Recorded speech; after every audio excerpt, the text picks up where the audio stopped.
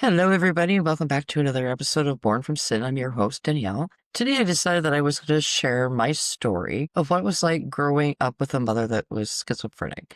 Now, as many of you know, I've said before in a few of my other episodes about my mother's schizophrenia, but today I'm mainly going to be focusing not necessarily so much on her disease, more so on what it was like for me to have to experience her schizophrenia when she was living at a mental institute. So anytime that my mom tried to commit suicide when I was younger, and it was quite often, she would always end up in some kind of a mental institute that was either attached to a local hospital where we lived or something along that line. During those times, I was usually staying at a foster home, and it was very routine for me to go to see my mom up at the hospital where they were keeping her. Now, I had begged a few times during these times, please don't make me go up there and see my mom today. And I know that sounds kind of cruel,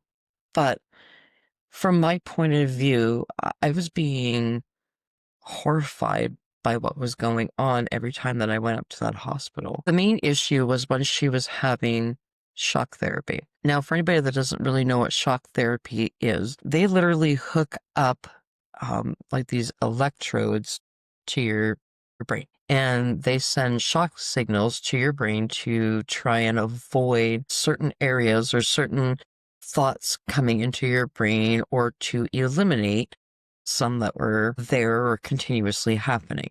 That's how it was explained to me. Every time that my mom was suicidal and she ended up in the hospital, more often than not, she ended up having to go through shock therapy.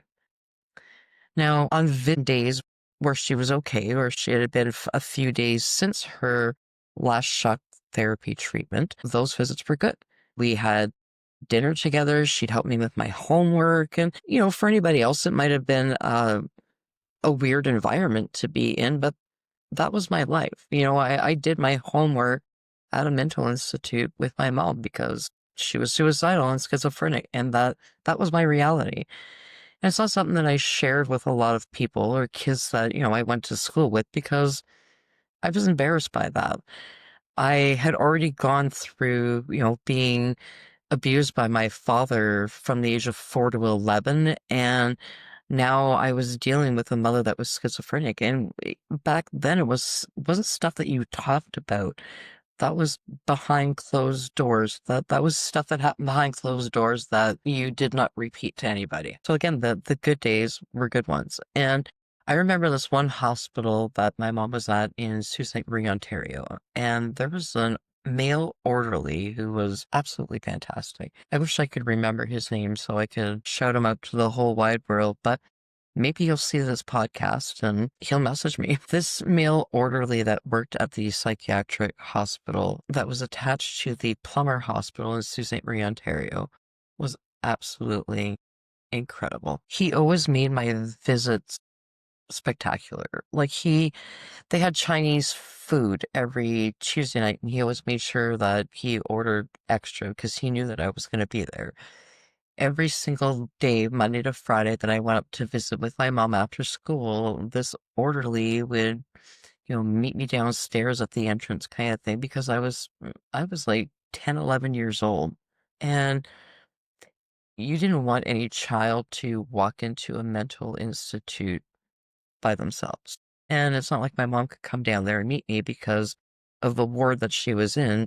She had to stay there. So this male orderly literally met me at the side doors where I was being dropped off Monday to Friday every single day. It was fantastic. He'd walk me up, we'd have a little conversation, and he would always give me a heads up on how my mom was that day. And that was probably the most important information that I received before going to see my mom. Because on good days, again, we sat and we did my homework and we laughed and we played cards and we had a good time. But on days where she had shock therapy, those days were friggin' hard. And it was very important for me to have this information. So I always appreciated that this male orderly met me at the door and let me know, you know what, today's a shock therapy day, so I was prepared. Anybody that has never experienced somebody going through shock therapy wouldn't necessarily understand my story. But for those that have, I'm sure you can relate to this. On days that my mom had shock therapy, I would go up there, and the first few times that it happened, I was more or less forced to sit in a big dining room area with my mom to have dinner, and she used to freak out because she didn't know who I was. Her shock therapy would literally, the only way I can explain it is like it would literally wipe her brain clean. She had no idea who she was, where she was, why she was there. She had no idea who I was, why I was sitting there, why I was trying to tell her that she's my mom. And it really took a big mental toll on me. And as a child, you don't, you know what I mean? You don't understand um, your own mental illness. You know what I mean? You're too young to understand how the current situation that you're in is going to affect your mental health. And I used to go home, back to my foster home, after days like after the days that she had shock therapy.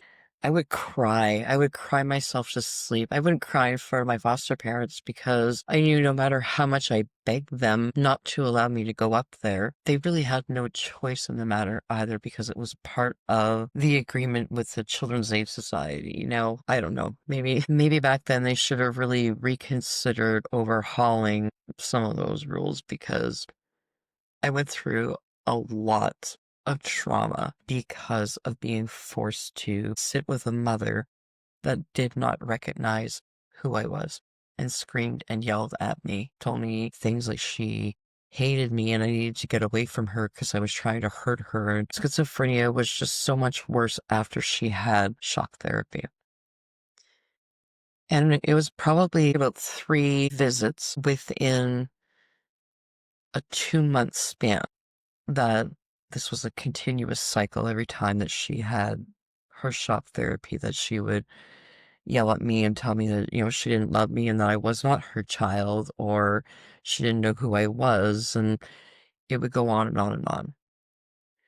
And one day, when I was going up to the hospital, like I did Monday to Friday, that male orderly met me at the door. And he stood there with this look on his face. And I could pick up on the vibes, even at a young age, that it was probably a shock therapy day again today. So I get out of the car, walk up to the door, and sure enough, puts his arm around me and, how you doing today, Danielle? I'm all right. He's like, well, I'm just letting you know that today was a shock therapy day for mom. And it was a very bad one. And we know that we're being told that you have to come up here and sit with your mom. But we're not going to put you through that because we don't think it's right. Finally, somebody cared enough not to allow me to suffer through that anymore. Because let me tell you, it was friggin' hard. It was very, very hard trying to love somebody that hated you, and not because they meant to hate you, and not because they really hated you, but because of a disease that they had. So that day, instead of having to sit with my mom and have her yell and scream at me and say all these horrible things, I sat in a little room with this male orderly and we just talked. It was probably one of the best visits that I ever had. And even now, sitting here thinking about this and talking about this, it hurts so much. And it's days like this that I really, really miss my mom. It's days like this that I wish life for us could have been different. But unfortunately it wasn't, and this is my truth. As I sit here reminiscing about those times that I was forced to go sit at a mental institute with not just my mother who was schizophrenic, but so many other dangerous people in there. I sit here and I still question why Children's Aid Society thought that it would be better to have a child sit there with their schizophrenic mother and be belittled in the way that I was. What was even more mind-blowing was that although they knew that this was going on and it was being reported to them, even after my mom got out of the hospital, they always placed me right back home with her. Now, don't get me wrong here. I'm not saying that I wanted to live in a foster home forever or be adopted by somebody. I love my mom. I do. I love her with everything that I am. I watched that woman struggle for so long with such a brutal mental health disease. And as horrible as it was, I don't think I would change a thing about it. And I know that sounds a little crazy, but I learned so much from my mom, and I learned so much about what it was like for someone to have schizophrenia. I learned what it was like for a schizophrenic on a regular basis. The voices that they heard, the things that these voices were telling them to do. I learned how difficult it was for my mom to get out of bed and just want to be alive. I learned how her mental health affected her to the point that she would give up completely on everything. Her self-care, she would not shower for days on end. She wouldn't get out of bed. It was nothing for me to have to get myself up in the morning and off to school and make sure that I had breakfast. And it was usually a quick bowl of cereal because couldn't turn the stove on. I was too young. Make sure I, packed peanut butter and jam sandwiches because that was my favorite. And when I got home, mom was still laying in bed because her depression was just very hard for her to handle. And I had to cook dinner. And a lot of times it was just like quick hot dogs because that's how long I was able to get mom out of bed for, just quick enough to boil some hot dogs. And some days I came home from school and, that morning mom was all right. Everything was great. She made me pancakes and we sat down and had a nice conversation while we had breakfast, and she made me lunch and I was off to school and everything was friggin' awesome. And then I come home and she's popped a bunch of pills and now I have to call 911. So, although the schizophrenia was never my disease, I learned a lot about it living with my mom.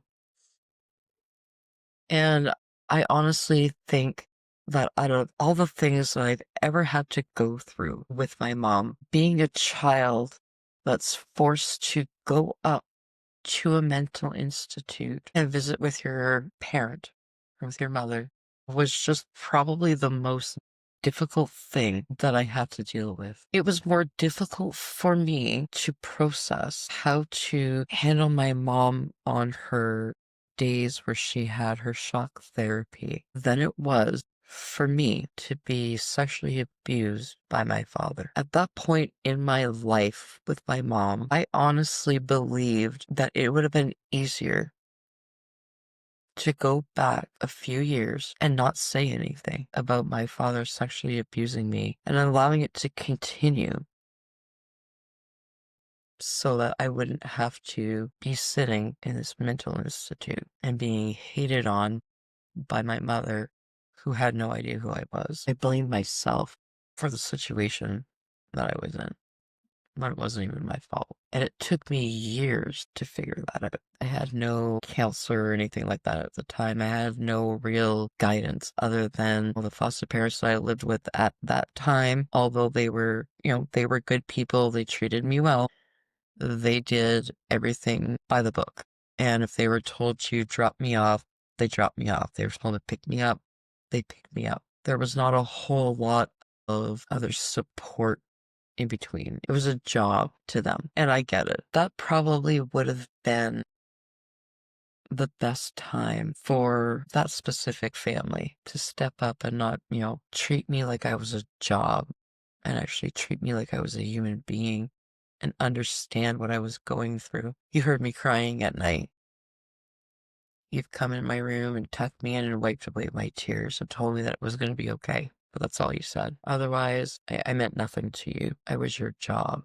Again, as I said, I don't regret any of the experiences that I had to go through because it's made me who I am today. It's given me the confidence to come out here and tell my story and to share it with others because I know that I'm not the only person out here that has suffered through mental health issues.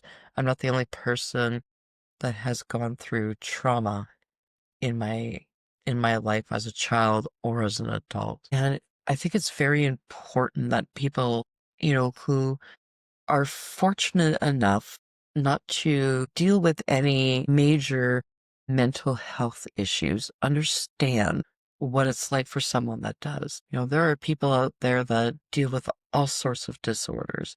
Some of them are worse than others. Like some person will, they'll have anxiety and it might be something that they can control, where someone else, they can't. And when their anxiety takes over, their whole body just breaks down. And they have literally no control over what is going to happen to them at that very moment. And a lot of people don't seem to understand that just because you're able to handle your situation or your mental illness, it doesn't mean that everybody else can. And you shouldn't be comparing your story to theirs.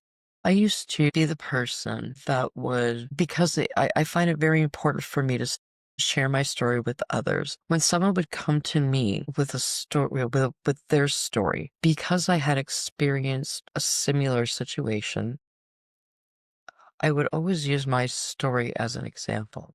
I did that to somebody very close to me very recently. And it made me realize that although my intentions was never to make their story or their situation that they're going through seem like it's less because I had gone through a more traumatic situation, for example. I was never trying to belittle how this person felt. But when they had mentioned to me that, hey, listen, it's not always beneficial for you to point out what you went through. Sometimes it's been more beneficial to just hear me out. I really sat back and took in those words because as I share my story now with everyone, I want everyone to understand that I'm not out here trying to belittle your story or what you've gone through.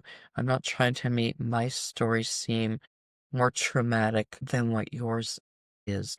Everybody has their own story, and all I'm trying to do now is to share mine in hopes that someone else out there that is suffering and trying to figure out a way through what they're going through might be able to find help in my share. And that's my story for today, and we will talk to you guys again next week.